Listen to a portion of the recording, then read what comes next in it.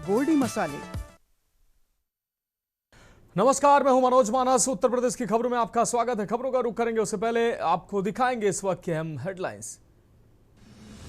नोएडा में श्रमिकों का आंदोलन विस्फोटक। 8 घंटे की जगह 10 से 12 घंटे का काम और 10 से 11,000 रुपए वेतन पर फूटा गुस्सा। शोषण के खिलाफ सड़क पर उतरे श्रमिक। नोएडा में आंदोलन के बीच सीएम योगी का बड़ा फैसला। श्रमिकों को दोगुना ओवर टाइम, समय से सैलरी और वीकली ऑफ के आदेश। 24 घंटे के भीतर हो संवाद। नोएडा में श्रमिकों के प्रदर्शन पर बोले अखिलेश, मजदूरों के वेतन बढ़ाने में उत्तर प्रदेश पीछे क्यों? नोएडा में जो हुआ प्रशासन और सरकार उसकी जिम्मेदार। उन्नाव के बिहार थाने में थानाध्यक्ष की दबंगई। थाने में युवक की लात घुसो और पट्टे से पिटाई। वर्दी पहने थानेदार की थाने में गुंडे। सीतापुर में 30 बीघा गेहूं की फसल जलकर राख। गुरसंडा और फरदापुर गांव के पास अज्ञात कारणों से फसल में लगी आग। ग्रामीणों ने ट्रैक्टर जलाकर पाया काबू। हापुड़ में बस को टक्कर मारकर उसी पर पलटा ट्रक। दूल्हे के पिता समेत 6 बारातियों की मौत। 3 दिन बाद की बेटी की शादी। खबरों का सारथी। और अब खबरें विस्तार से। हम खबर से बुलेटिन की शुरुआत करेंगे। जनपद मुजफ्फरनगर में मुख्यमंत्री योगी आदित्यनाथ ने रोजगार मेले में युवाओं को नियुक्ति पत्र देने के साथ ही मुजफ्फरनगर में विकास को गति देने के लिए नगर निगम का दर्जा देने की घोषणा की है। योगी ने कहा कि अन्नदाता किसानों को उनके फसलों का दाम, बेरोजगारों को रोजगार और महिलाओं को सुरक्षा देना सरकार की जिम्मेदारी है।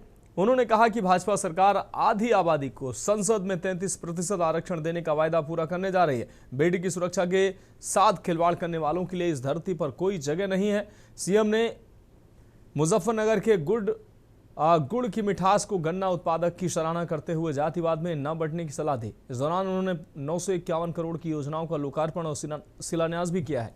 मुख्यमंत्री योगी आदित्यनाथ सोमवार को मुजफ्फरनगर के नुमाइश मैदान में रोजगार मेले का उद्घाटन करने के साथ विशाल जनसभा को संबोधित कर रहे थे। करीब 50 मिनट के अपने संबोधन में मुख्यमंत्री योगी आदित्यनाथ ने मुजफ्फरनगर को सुख तीर्थ बताते हुए इसकी ऐतिहासिक और सांस्कृतिक महत्ता का उल्लेख किया।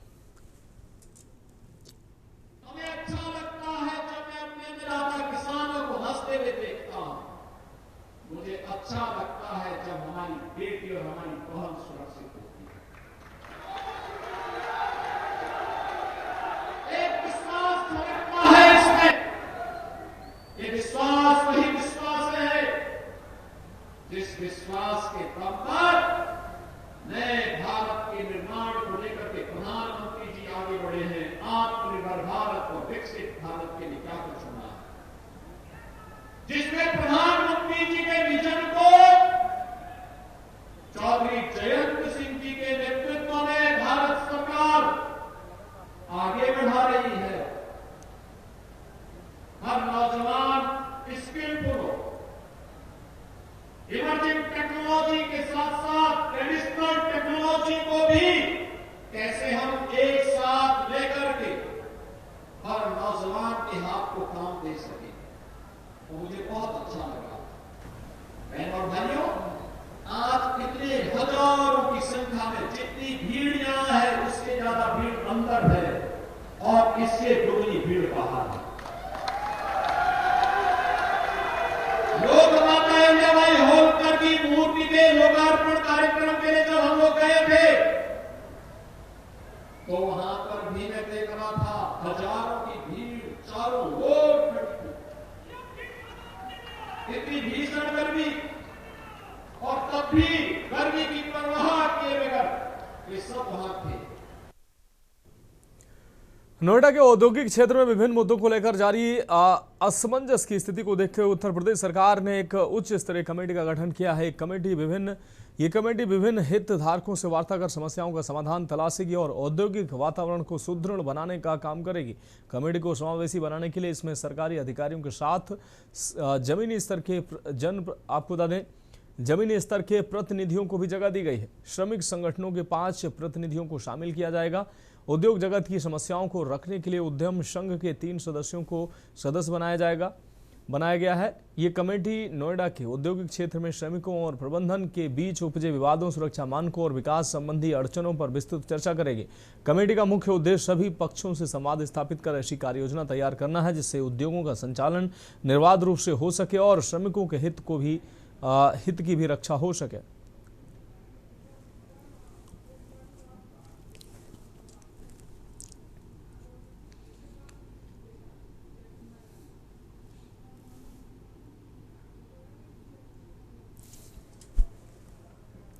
अगली खबर का रुख करेंगे कौशाम्बी से। हम खबर जहां आंगनबाड़ी केंद्र पर पोषाहार घोटाले की जिला अधिकारी से शिकायत की गई। बच्चों को देने वाले पोषाहार को बेचने का आरोप।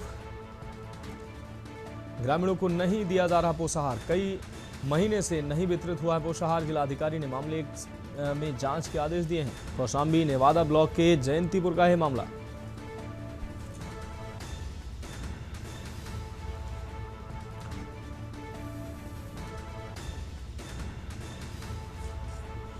कई महीने से वितरित नहीं हुआ है पोषाहार। जिलाधिकारी ने मामले में जांच के आदेश दिए हैं।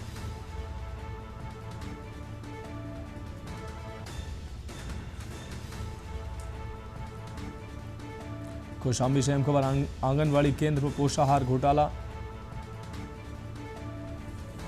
की जिलाधिकारी से शिकायत।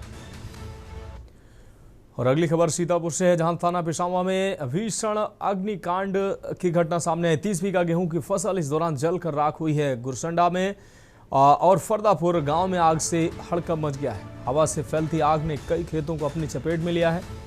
किसानों की महीनों की मेहनत कुछ ही पलों में खाक हो गई है। कई किसानों की गेहूं और गन्ने की फसल भी पूरी तरह से इस आग की चपेट में आकर आग की फेंट चढ़ गई है। ग्रामीणों ने ट्रैक्टर से जुताई कर आग पर काबू पाया है।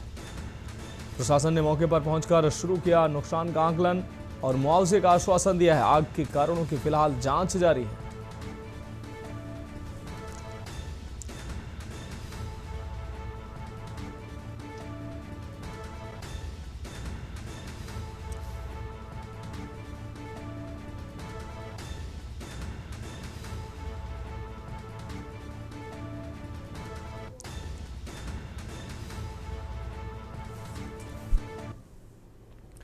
मिर्जापुर से हम खबर जहां अधिवक्ता हत्याकांड पर सीतापुर में उबाल देखने को मिला है। मिर्जापुर में अधिवक्ता के हत्याकांड पर सीतापुर में उबाल देखने को मिला। सड़कों पर उतरे वकील, कलेक्ट्रेट तक जोरदार प्रदर्शन किया गया। बार एसोसिएशन के बैनर तले जमकर नारेबाजी की गई है। अधिवक्ता सुरक्षा कानून लागू करने की उठी है मांग। सीएम को संबोधित ज्ञापन डीएम को सौंपा गया है। हत्यारों को फांसी और परिवार को मुआवजा देने की भी मांग की गई है। साथ ही एक सदस्य को सरकारी नौकरी देने की भी उठी है मांग। समय रहते नहीं चेती सरकार तो होंगे बड़े आंदोलन, बार अध्यक्ष ने चेतावनी दी।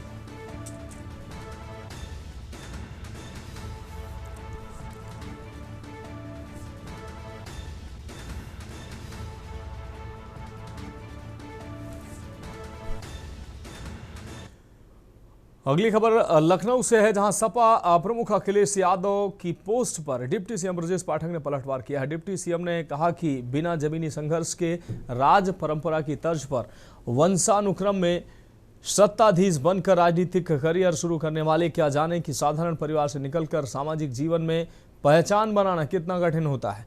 उन्होंने कहा कि संघर्ष और अनुशासन को आप दरी बिछाकर आगे बढ़ना बताकर आपने अपनी प्रतिक्रियावादी अपरिपक्व राजनीतिक समझ को दर्शाया है। दरअसल आप तुष्टीकरण की अंधी राजनीति में हिंदुओं से इतना दूर चले गए हैं कि दीपावली मनाने का विरोध करते हुए ईद पर मिठाइयां बांटते फिर रहे हैं। इसलिए कहता हूं कि वो दूसरों पर उंगली न उठाएं जो समाज को बांटकर राजनीति करते हैं। श्री रामचरितमानस को पैर से कुचलकर जलाने वाले नेता आप ही की पार्टी के थे। इसके बाद भी आप हमें सनातन का बोध कराने चले हैं। डिप्टी सीएम ब्रजेश पाठक ने सपा प्रमुख को विस्तार से पीडीए का मतलब भी समझाया। साथ ही दावा किया कि पिछड़ों का सम्मान भाजपा ही करती है, जिसने ओबीसी कमीशन का गठन किया, अनुसूचित एवं जनजातियों को सम्मान देते हुए राष्ट्रपति पद के प्रतिनिधित्व का मौका दिया।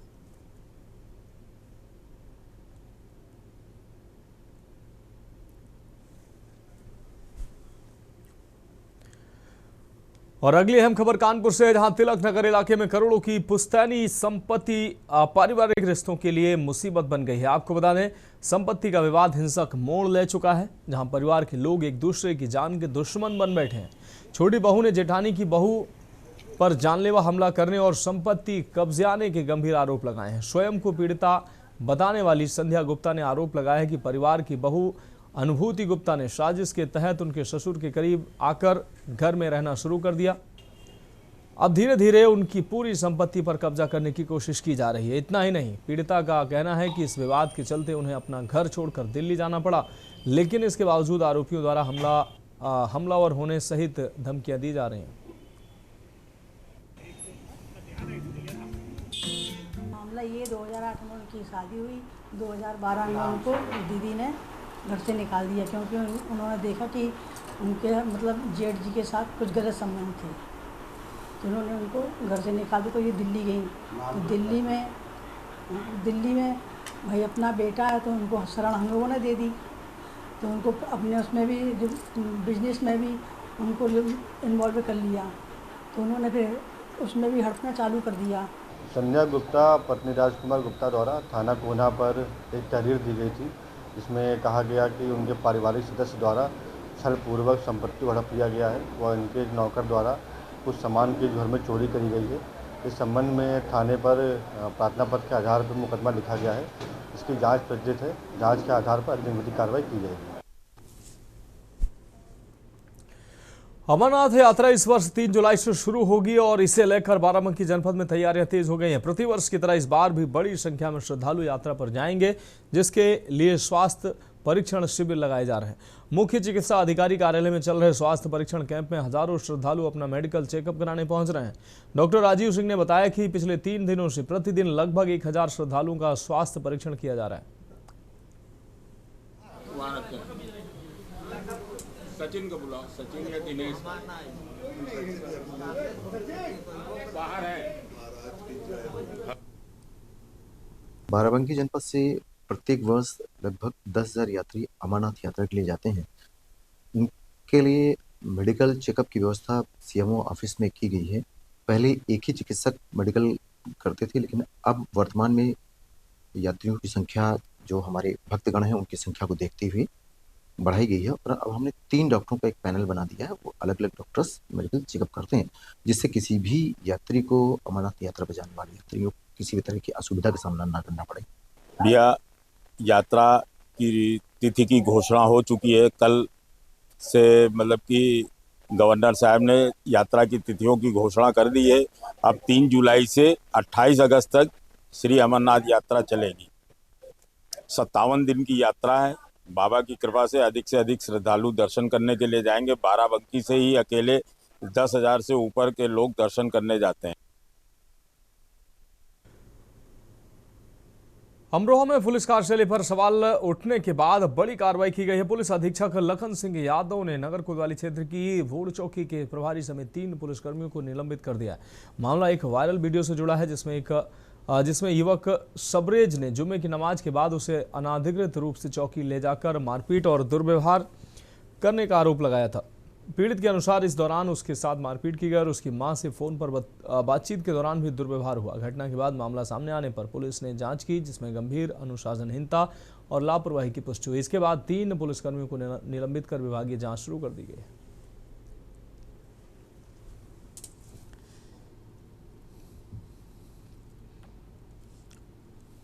सोशल मीडिया के माध्यम से एक ऑडियो संज्ञान में आया था, जो अमरोहा नगर थाना से संबंधित था।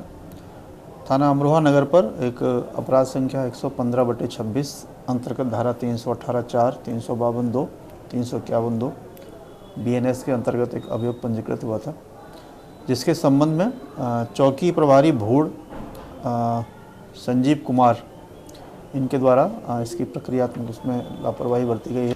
तो मैंने इनसे पूछा मेरी गलती क्या है, कसूर क्या है। इन्होंने मेरी नहीं सुनी, ये ज़बरदस्ती लगाई मेरी मुझे। बदतमीजी तो नहीं करी ले जाते वक्त? बदतमीजी तो नहीं करी, लेकिन गाली गलौज बहुत करी है मोबिन ने भी और संदीप ने भी। और मुझे जब थाना लेके गए, चौकी लेके गए भुड़ चौकी में, तो वहाँ पे दरोगा जी थे। दरोगा जी ने भी गालियाँ बकी। दरोगा जी का नाम क्या था? दरोगा जी का संजीव कुमार, चौकी इंचार्ज। तो उन्होंने मुझे वहाँ पे गाली गलौज करी गंदी गंदी। मेरी माँ को भी दी मोबिन ने, और दरोगा जी ने भी माँ को भी दी थी, और मुझे भी। फिर उसके बाद मुझे मारा, बहुत मारा।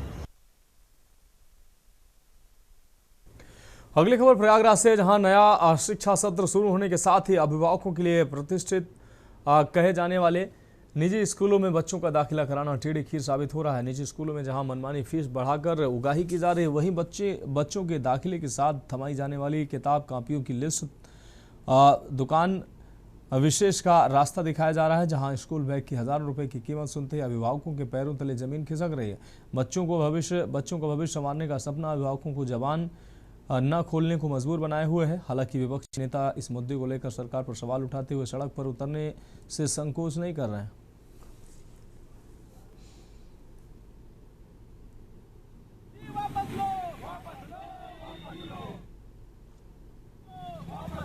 बहुत ही अनुचित है। जब विद्यालय में बच्चा एक बार एडमिशन ले लिया तो जो एडमिशन शुल्क होता है उसने दे दिया, आपके इंफ्रास्ट्रक्चर का शुल्क उसने भुगतान कर दिया है। अब हर साल वो फिर से एडमिशन ले, फिर से आप उससे एडमिशन शुल्क लें। ये तो घोर अंधेर है, घोर अत्याचार है, अभिभावकों के ऊपर भारी बोझ है। विडम्बना इस बात की है, अफसोस इस बात का है कि इसमें सरकार आंख मूंद के बैठी हुई है। हम तो आरोप लगाएंगे कि ज़्यादातर private school Bharatiya Janata party के लोगों के हैं, इसलिए सरकार इस पर कुछ नहीं बोल रही है। सरकार चुप बैठी है, अभिभावक हलाकान है, परेशान है, दर दर की ठोकरें खा रहे हैं, प्रदर्शन धरना कर रहे हैं।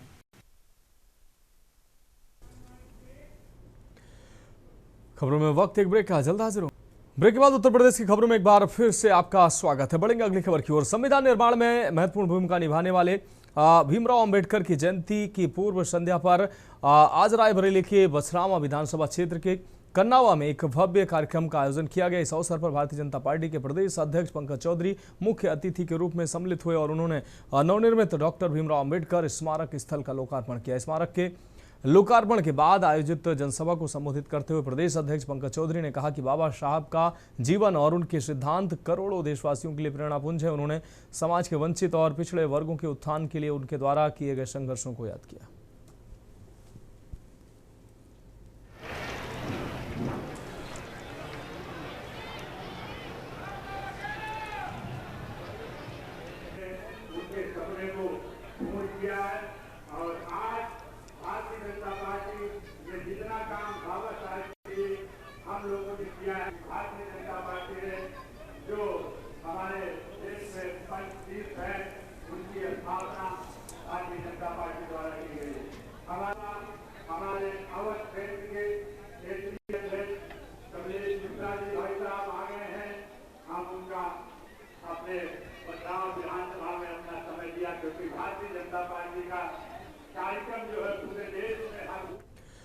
बढ़ेंगे अगली खबर की ओर। फिरोजाबाद जनपद के नगला खंगर थाना क्षेत्र के अंतर्गत दिल्ली कानपुर रेलवे ट्रैक के समीप एक अज्ञात युवक का शव मिलने से इलाके में सनसनी फैल गई है। शव की हालत छत बिछत थी और उसका एक पैर धड़ से अलग हो चुका था। पुलिस को डायल 112 के माध्यम से सूचना मिली कि रेलवे ट्रैक के किनारे खंभा नंबर 1188/14 के पास एक युवक का शव पड़ा था। सूचना मिलते ही स्थानीय पुलिस तुरंत मौके पर पहुंची और घटनास्थल का मुआयना किया है। पुलिस ने शव को कब्जे में लेकर पोस्टमार्टम के लिए भेज दिया है।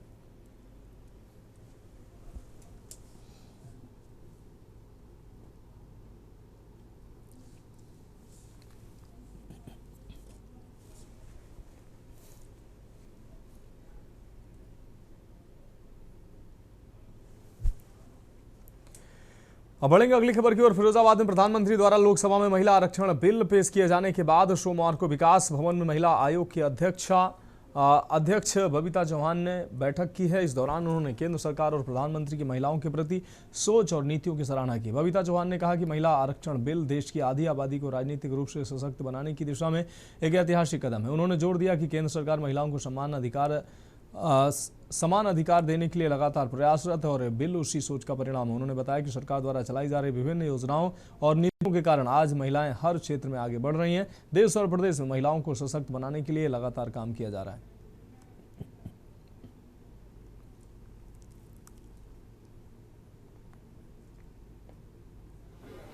देखिए, जैसे हम सब जानते हैं, ये नारी शक्ति बंधन अधिनियम लागू होने वाला है और जिसके लिए मैं कहूँगी कि जो एक गोल्डन अपॉर्चुनिटी है वो महिलाओं को मिलने वाली है। अभी 16-17-18 में जो है माननीय प्रधानमंत्री ने सबसे पहले तो मैं आधी आबादी की तरफ से पूरी जितनी भी हमारी महिलाएं हैं सबकी तरफ से मैं माननीय प्रधानमंत्री का आभार व्यक्त करती हूँ।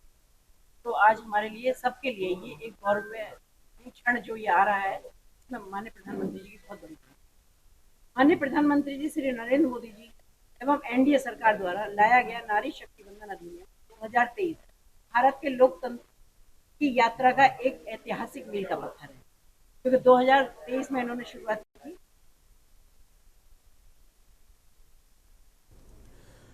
सोनभद्र जनपद के कर्मा थाना क्षेत्र के अंतर्गत बारी महेवा गांव में सोमवार को दोपहर आग के तांडव ने किसानों की साल भर की मेहनत जो है वो पल भर में राख में तब्दील कर दिया। दोपहर करीब 1:45 बजे खेतों में अचानक आग की घटना सामने आई और देखते देखते आग ने विकराल रूप धारण कर लिया, जिससे करीब 10 से 12 बीघा गेहूं की फसल जलकर खाक हो गई। तेज पूर्वा हवा के कारण आग ने बड़ी तेजी से अन्य खेतों को भी अपने चपेट में लिया। इस भीषण अग्निकांड में कई किसान बुरी तरह से प्रभावित हुए हैं। पीड़ित किसानों ने बिजली विभाग की कार्यप्रणाली पर सवाल उठाए।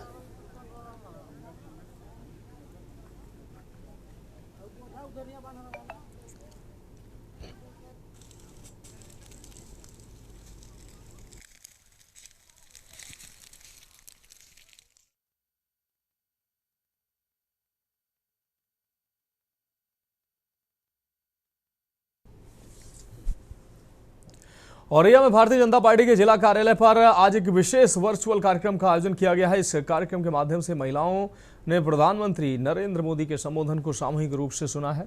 कार्यक्रम का मुख्य केंद्र नारी शक्ति वंदन अधिनियम रहा, जिसे लेकर महिलाओं में भारी उत्साह देखने को मिला। प्रधानमंत्री के संबोधन के दौरान महिलाओं को नारी शक्ति वंदन अधिनियम की बारीकियों से अवगत कराया गया। कार्यक्रम में बताया गया कि इस अधिनियम के लागू होने से संसद और विधानसभाओं में महिलाओं की भागीदारी सुनिश्चित होगी, जो उन्हें राजनीतिक रूप से सशक्त बनाने की दिशा में एक बड़ा बदलाव है।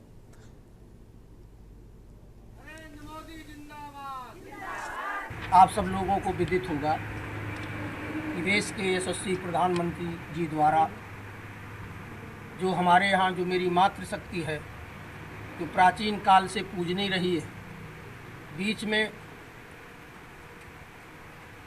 हमारे यहाँ जो विदेशी आक्रमणकारी लोग आए, उन्होंने हमारी संस्कृति पर कुटरघात किया, लेकिन जैसे ही इस देश की कमान माननीय नरेंद्र मोदी जी के हाथ में आई, उन्होंने नारी शक्ति को 50% संसद और विधानसभा में आरक्षण देने के लिए नारी वंदन अधिनियम पारित। अगली खबर फर्रुखाबाद से है, जहां फतेहगढ़ स्थित कलेक्ट्रेट सभागार में मिशन शक्ति के तहत नारी शक्ति वंदन सम्मेलन एवं एक दिवसीय महिला सुरक्षा कॉन्फ्रेंस आयोजित हुई।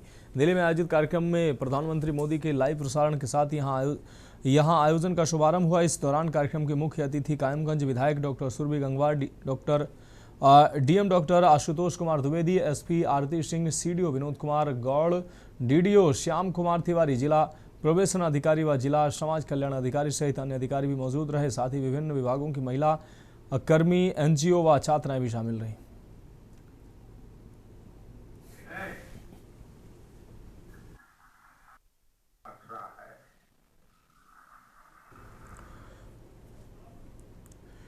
फिलहाल उत्तर प्रदेश की खबरों में अभी के लिए मेरे साथ इतना ही। मुझे दीजिए इजाजत और आप देखते रहिए के न्यूज इंडिया।